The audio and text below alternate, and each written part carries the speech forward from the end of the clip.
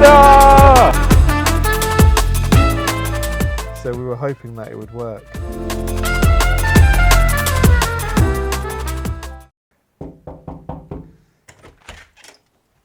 Welcome. We've shown you the Rollhard workshop, and now we're going to have a look around my humble abode of the stuff I've collected, the Golf, and future plans of what's going on in here.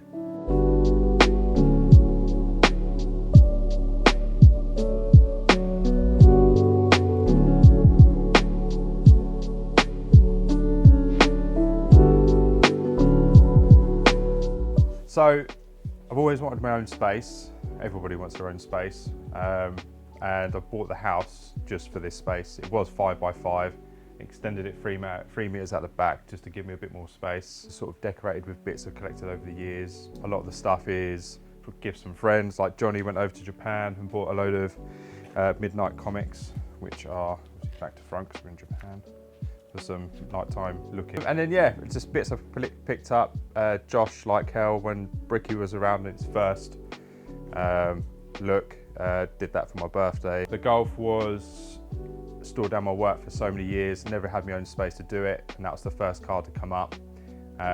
It was stripped down during COVID, and then it was the realisation of actually post-COVID going back to normal life, and then Eden stepped in to get the car done. So it was, majority was done up at Eden's, it's come back, and then had a few bits done to it, and then later on the video, there's an ongoing saga with an issue we had with it, which will go into the end of the video, and we'll worry about that and we'll cry when it doesn't run again.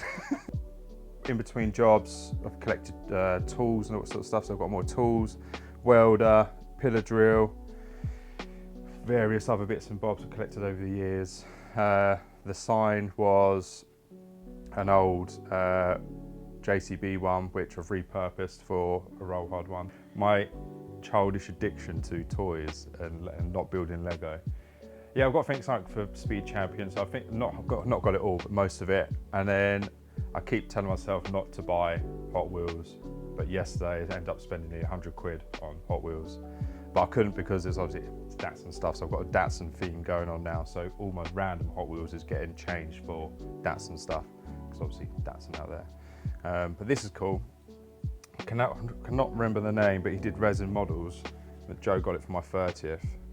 So it's a little resin-like sort of model of the Datsun out there, which most of you probably won't know what it looks like, but we'll do another video on that later on, because that's going to start this winter. That's my AccuAir manifold off my Corsa D back from 2009. I think that was like the second AccuAir kit in the country back then.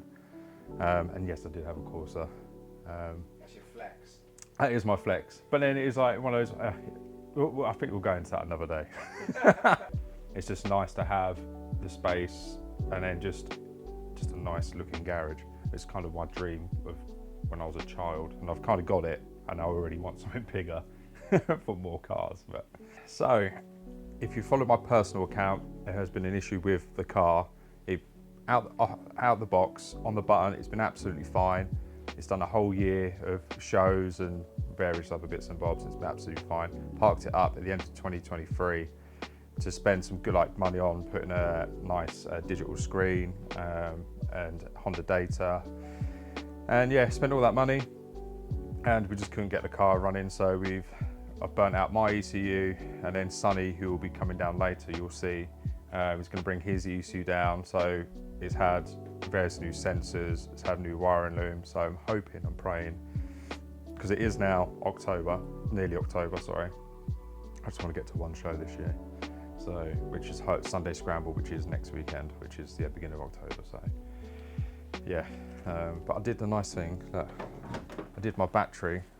So I did that, which is nice. The lithium? Yeah, lithium one, just a little light boy. Just waiting on Sunny with his laptop and his ECU, and then we can either laugh together or cry together.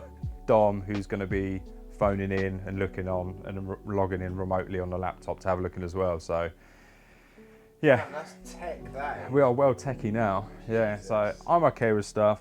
Sunny's more clued up on Honda stuff, and Dom is the Don on Honda stuff. So we'll get there. We'll get there. Crossed. You forgot the vital thing needed for this evening.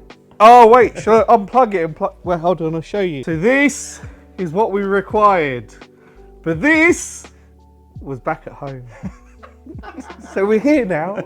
So this is a computer, okay?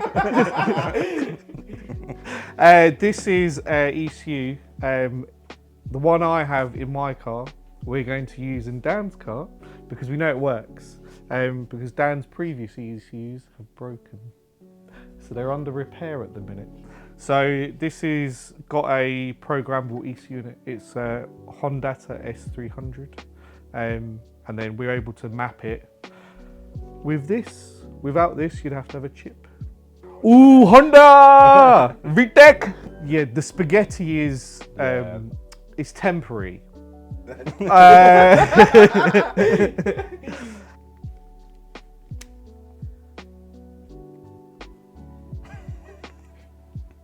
Whoa, that was posh. Wee wah woo wah. Yo, it's touchscreen as well. Yeah. I'm so nervous.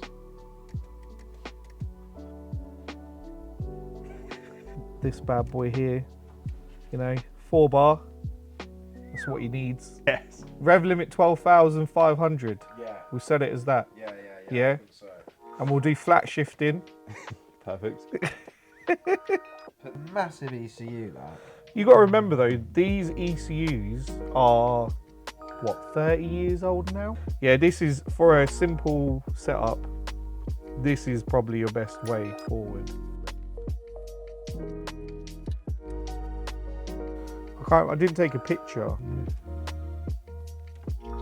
We is remotely connected.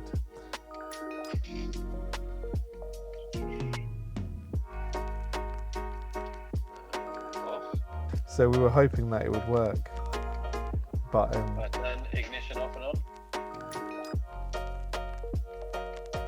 Bloody hell! Right, ignition off, USB out. everything is new.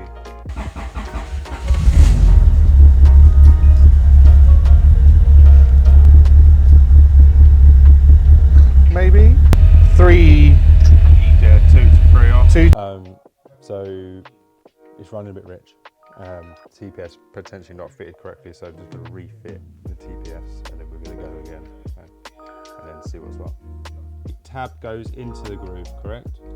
Yeah, so it would be fitted offset, so rather than lining the holes up. We're not firing out neat fuel through the back, and we haven't blown up or jammed up Sunny's ECU. So out of the 7 attempts, we've made progress. Turn the ignition on. Yeah. Yeah, off.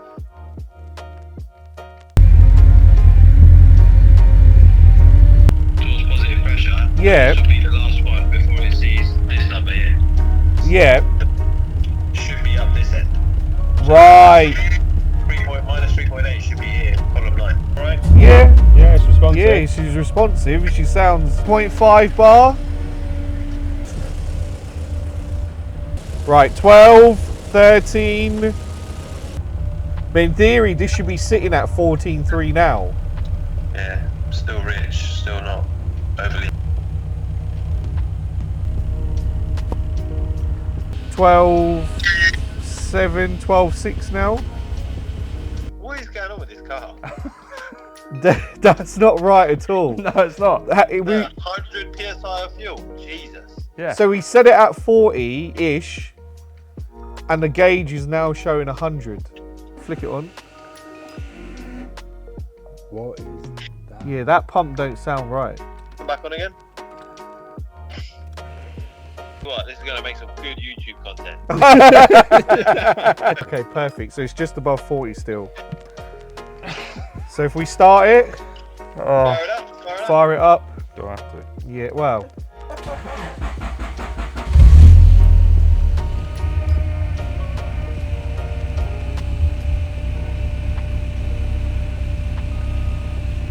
AFR is at 15.3.2. The best it has to be This fair. is the best we've got so far. where I had this loom done, they've wired my wideband into the loom, which goes into the factory settings, wires into the ECU, and I need to now pick that out and wire that directly into the ECU so we can get an accurate wideband reading. So then we can then get back onto Dom, and then he can then plug back in and finish setting up. But the car runs a million times better. We're not suffocating ourselves with neat fuel coming out the back. Yeah, we learned a few things today. Yes. About fuel gauges and fuel pumps. Yeah. And the one in the back of this car is very loud. Yeah. And she loves fuel. She does love fuel. This list is sort of wideband out, sort the mess of wiring now I can do, so we can make all that nice and neat. Quick check, I've noticed there's a little oil leak, which I think that's just an O-ring, so I'll sort that out.